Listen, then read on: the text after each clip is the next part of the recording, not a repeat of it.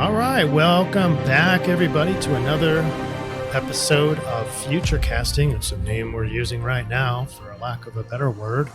And episode 2, we're going to be looking in depth into the new moon in Pisces, and that's for February 20th, 2023, but could be, generally applicable to any new moon in Pisces if you're all interested. So on the left, I'm Chris. And on the right is the wonderful, elegant Angie. All right. Welcome back, Ange. Thanks, Chris. We got some pretty good feedback from the first episode, I thought. And so I'm looking forward to some more episodes. And just so if you're new here, here's kind of what we're doing. Here's kind of the flow. These episodes are just sort of looking further and further into the future and going into depth. I think Angie and I speak for her, I'll speak for me. We're a little bit disappointed in how much depth we went into this full moon in Leo was episode 1 and the Imbolc. But we plan on using that criticism, if you will, and fixing it. And so we hope to go into some more detail on this episode for the February 20th. Now, just because we have this list does not mean we're going to follow in order, because some of these events like this Pluto going into Aquarius thing, Pluto dancing around the cusp of Capricorn and Aquarius seems to be a pretty big deal, being Pluto having like a 250 year cycle around the zodiac. So it's a big deal. Staying, once it gets lodged into Aquarius, going to be staying there for a couple decades. So that's a pretty big deal. So we might be doing that next, but hang on for that. We do need to cover that full moon in Virgo. So we'll decide that and we'll do another video on it. But this episode is for all you Pisces folks or just interested in this new moon coming into view here. I've got the chart all laid out. And other than that, Angie's going to take it away for a little bit. Talk about just the general overview and then going into detail, whatever you want to talk about. The influences of Pisces, it pertains to all of us at this time. And, there's so many fascinating aspects of all of it and how it's coming into play at certain times of the year. This first we can talk about what new moon represents just in itself, and it's used for personal growth, healing, blessing new projects. It's the beginning of the lunar cycle. Yeah. So, we're beginning something at this time. We talk about the significance of the date, in numerology, 2/20/2023, which leads to the master number 11. Yeah, which is it's spirit realm. And speaking of spirit realm, that's the Pisces. They are the ones that are, so they're coming from they're the last of the zodiac signs. So they take everything from the Aries to the Aquarius and put it all in together. They're the two fish swimming, intercircling each other.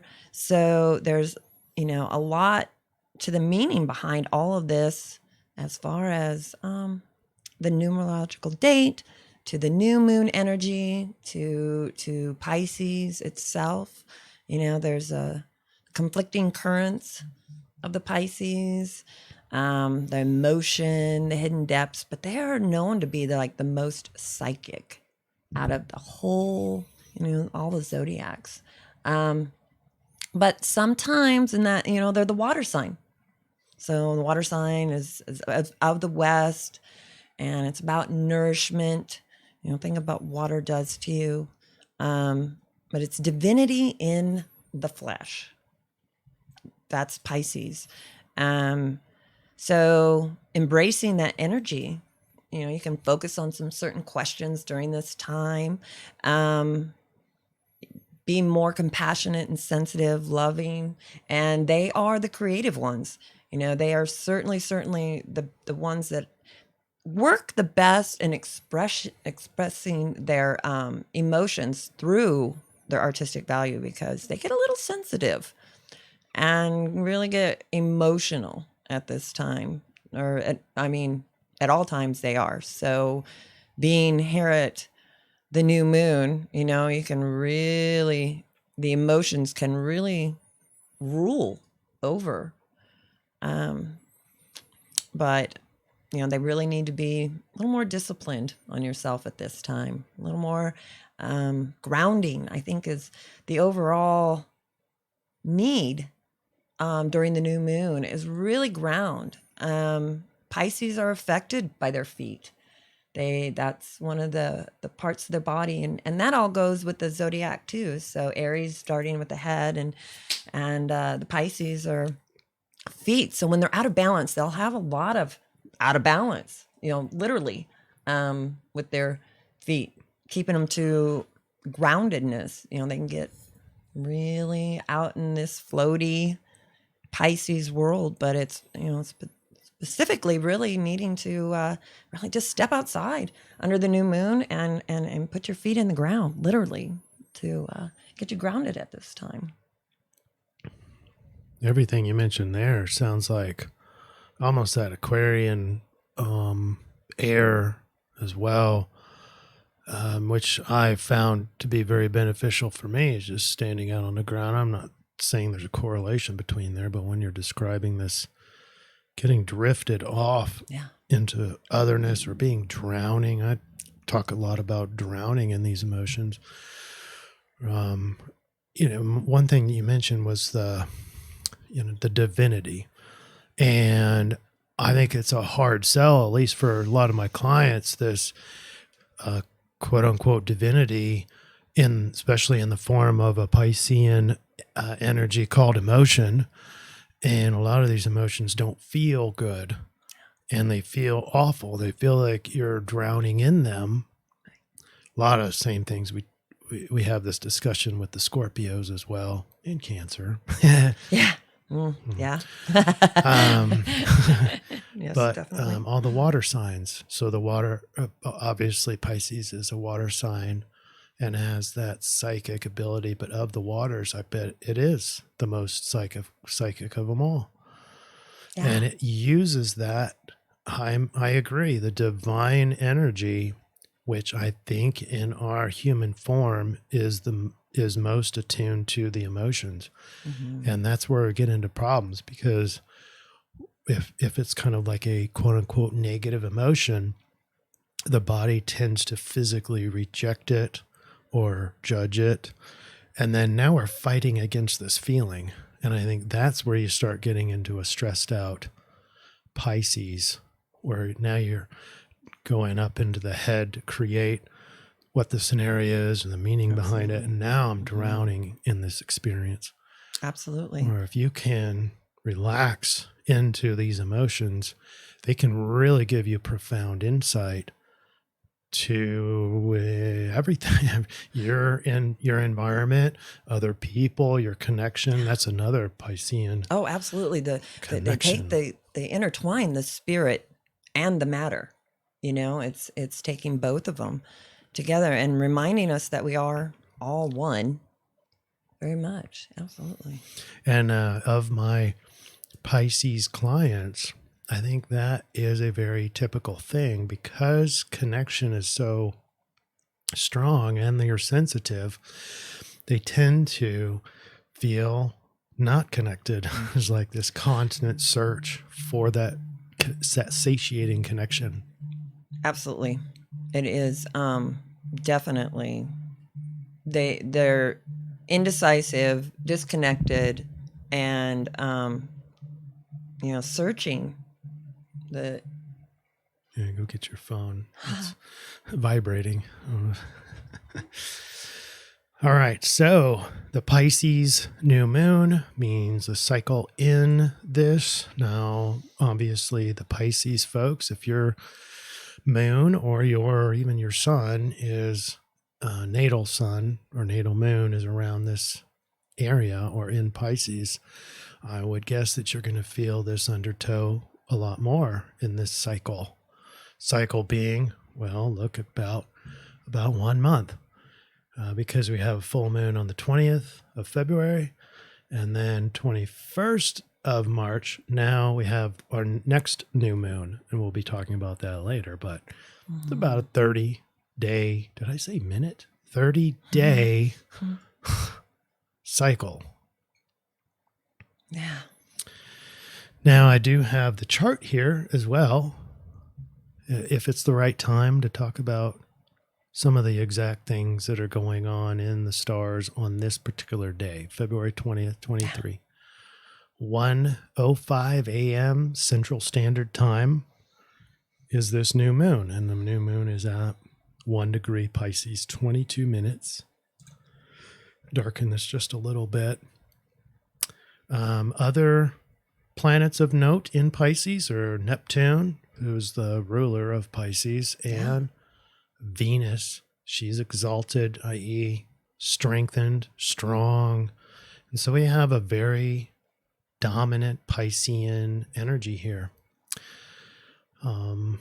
This is sort of making dreams or relationships kind of dreamy or extra, I don't know, telepathy or extra forms of mystical forms of connection, if you will, right here. And that's in addition to just this. If all we had was the new moon in Pisces, we'd still be having that discussion. So this is a very strengthened psychic or very much transpersonal type of energy. I'm going to go on with the numerology, the master number 11. You know, that is super spirit realm, bringing in awareness. And then you've got the new beginnings and putting your dreams into manifestation, I think. Where's the 11 coming from? That's the numerology of the date of the new moon. So. Gotcha. Yeah. Okay. 2, 20, 23 equals 11. Right on. Mm-hmm. And is there any correlation between the degrees? I noticed there's 22. This is like double 22 minutes. Right. 1 degree, 22 minutes. Yeah. And then the alignments here, we have a square. So this is kind of like a stamp, if you will, for this cycle, for this 30-day period, the overall archetypes that you might see or feel or experience. We have Mercury square Uranus. So this pressure to change your mind or pressure to be different or unique or get insight. Again, this is your, what do you call it? Invention alignment, the Mercury square Uranus. And to my understanding is one of the alignments in Elon Musk's natal chart. I also have it in my chart as well. Of course you would. But I always wanted to be an inventor, but and I guess in a way I am inventing things, but it's absolutely you are. Different forms. Yeah. And then we have Mercury trine Mars. So this is the ability to think about things, doing smaller projects, pretty adaptable. Mars in Gemini, and pretty powerful. So mind and action or yang are in congruence, and they have the ability to carry out tasks or learn new things too, because you got Mars in Gemini learning, and then you got Mercury exalted in Aquarius. So just all out knowledge. Knowledge is a form of doing in this case, in this alignment.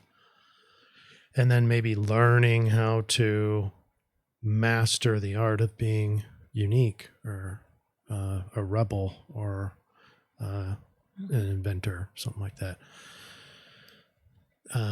At this point, Uranus is outside of the conjunction of the North Node. So what's been set is set. It's been changing because of Uranus. But and then we have sextiles. One of them is Pluto sextile Venus, and that's a pretty tight conjunction, less than a degree. So there's a big opportunity here to empower your relationships. So you already have an exalted Venus, and now she's being empowered by Pluto with this little sextile here. And then you got Mercury sextile Jupiter, which is an opportunity for mental completion. It's a whole mind. So, that pretty much covers it. The part of fortune is, by definition, the difference between the angular difference between the sun and the moon. And so that's 0. And so it starts at 0. The part of fortune is at right on the cusp. And so that makes sense there. We got Scorpio rising, at least here in the central time zone or area. Mm. So Interesting. Interpersonally, we've got extra emotions. We got extra obsession, if you will. Right. So extra water. More Lots water. of extra water. Yeah. Since that's rising, right. Bringing in sort of the past with us a little bit. That's sort of the nature of Scorpio anyway. Passion is a big one. Yeah. Kind of influences or helps out this Plutonian and the Mars. Both of those are rulers in Scorpio. And so brings up more of an emphasis in these alignments. Whatever we talked about before makes it even stronger. So anyway, a really interesting cycle or new moon that we're talking about in Pisces, and for the pretty much the next 3-4 weeks after that. Yeah. Before we get into the new moon in Aries. Time to take the wisdom and apply it, for sure. But the new moon, it has the most pull. And at that time, it draws moisture out of the ground. So it is the perfect time to plant your seeds, and so getting a fresh start, the new beginning. It's about renewal, release, personal improvement. Are you saying, just to clarify, are new moons the time for the seedings, or specifically the Pisces new moon? No, just in the new moon, the energy. Yeah, okay. That's what happens at that time. So it's a pull at that time. So you can, some questions to think about is, where am I right now at this time? In the new moon, you can write these things down. What is influencing you, and what seeds do you need to plant at this time, and how you can make them grow. And then last but not least, what can I rely on at this time? Yeah. Who do you think is going to have the hardest? What part of the zodiac is going to have the hardest problems with this new moon period? Well, interesting.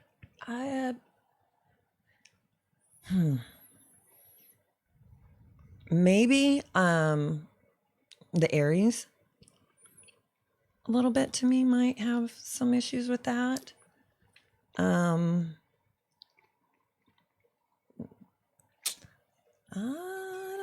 Maybe the Libra a little bit too. I'm not sure. What do you think? Yeah, I'm almost thinking that the extra emotion, particularly if kind of perceived as that negative energy, to kind of throw the Aquarians kind of out into the distance and kind of float out. Some of us dissociate completely. Invisible cloak. And so kind of not participating in life a little bit for the Aquarians is probably the risk there. I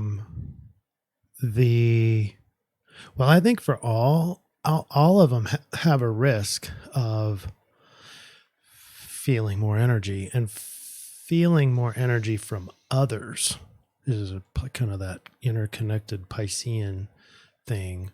So like if you're just in the same room or in the same house or building, you might be taking on other people's emotions and not even know it. I think our tuning forks are heightened in that case. We're all becoming a little bit more sensitive, but obviously more than others. Pisces folks, Scorpio, the water signs, I'm guessing are going to have a lot more emotions. Oh yeah. And not just negative. This whole negative versus positive emotion, I think, is a misnomer. But they certainly can feel really bad. But that's more of your orientation to the emotion itself. If you can just let it be there. Easier said than done, though. Easy for an Aquarian to say, just let it be there, right?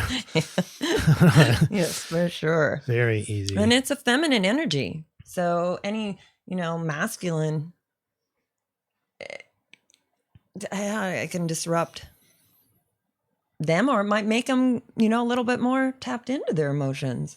So, yeah. a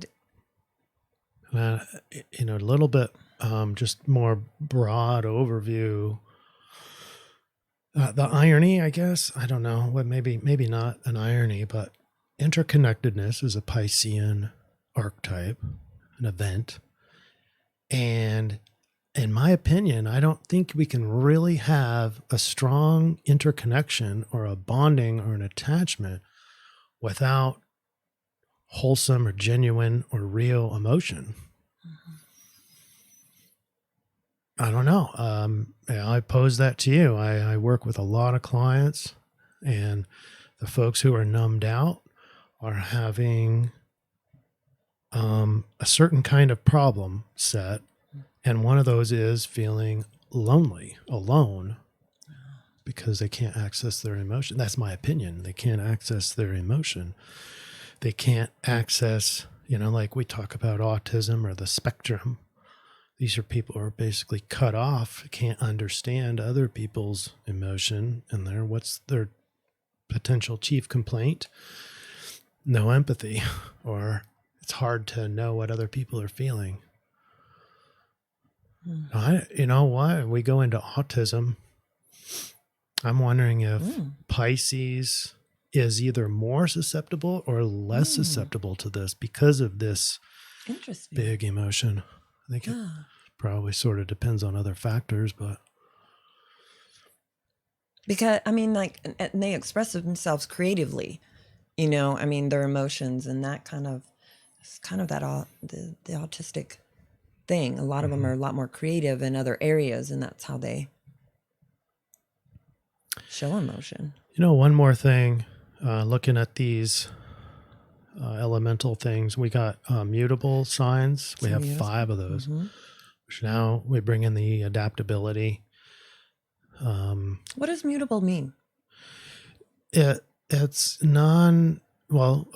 so cardinal is got the direction. These are the signs that are marked with the equinoxes and the solstices, like the Capricorn and the Cancer and Libra and Aries. And these have a direction. They're real firm in where they're heading, and they have a tendency of not getting off track. Then the fixed, sort of the same thing, is more of a know what I want, and that can kind of change depending on what's being presented at the time, versus the cardinal, which is real directional. I know where I'm headed, real confident. Fixed is kind of more set in your ways, if you will. But that can change based on stimulus, and then the mutable is just really adaptable. Gemini, the mutable signs there's a good and a bad, so they can easily get distracted. There's one of your downsides. Well, maybe that's not a downside. Maybe that's helpful in the context. The context is very important, but mutable, I can adapt to what I'm seeing. I can change my mind. Indecisiveness is Indecisive. Mm-hmm. Yep. Yeah. disconnect. Yeah. So there's a lot of that mutable in this particular new moon phase, or this Pisces moon phase. Yeah. And then we have obviously those water signs. There's 4 water signs. We already talked about that. Yeah, it's water. So Yeah. we have, let's see here. Not much to mention here, I don't think. The moon is contraparallel to Uranus. It's conflicted. Your emotions are conflicted with change. I guess we always are. Yeah. But now this is extra conflicted because the moon and Uranus are on opposite ends of the ecliptic plane. Yeah. Okay. Well, anything else? Well, again, just some things to think about during that new moon in Pisces. There's things that you can apply, like, as I said, activities, questions, exercises that all pertain to the feet. So, think about that. These are the tiniest bones in your body that carry you the most miles and the weight that they hold on to. So it's just taking the time to appreciate the feet, the grounding, what holds you. So exercising like mountain pose is a great, getting your feet connected, pushing them into the ground, feeling that energy, thanking all those little tiny bones to carry you for so long. And, just the grounding part, take your shoes off, put your feet, and, just plant your seeds. Mm-hmm. And new moon, generally great time to initiate something new. Always. New Always. project. Yep. Wow. It's about new beginnings. Yes. New beginnings. Putting your dream into manifestation. Now you can accelerate that by going, what house in your natal chart is this new moon taking place? And then you can figure out what topic area is a great place to pour your energy into. So, Aquarians, this is probably going to be somewhere around your first house. So pouring it into more like how to interact with others, or self-identity. And those first house things are finding yourself, determining how you want to be seen in this world, or what kind of stake you want to pour into the ground and live by. Those are good matters, and so on and so forth around the chart. And the last thing I did is I pulled a card, a tarot card, the good tarot, which Colette Baron Reed is one of my. I praise her a lot. She's got great cards, great wisdom out there in the tarot world. But it's the card number 16, which I tried to incorporate how that worked with, but didn't really correlate. But anyways, so I like to read off what the Tower card is about: surprises. Things happen really fast when this card shows up in its readings. Its appearance could portend a total paradigm shift or a sudden upheaval that takes something away in order for someone or something better to take place.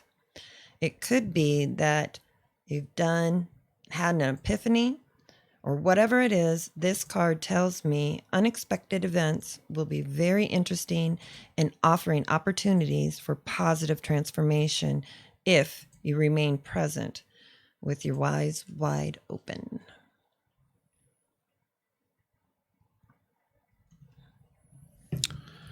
Eyes wide open. Well, check this out. I just was kind of going like an hour forward and backward from the new moon. And so this is right at the new moon. So 1:05 a.m. Central Standard Time. You have Venus is at 29 minutes 57 in Pisces. So you go 1 hour ahead and boom, Venus is now in Aries.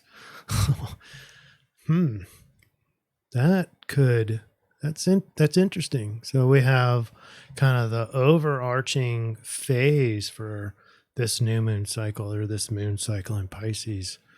We have Venus in Pisces at that time, but then shortly later, just boom, eyes wide open, and who am I? What do I want? All the Aries kind of concerns.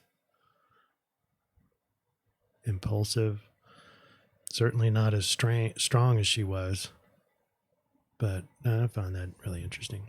Yeah, so get out under that new moon in Pisces, get your feet in the ground, put your hands up to the sky, get connected with the spirit and the ground, as above, so below, and with your eyes wide open to new beginnings, new information, and manifest it, plant those seeds.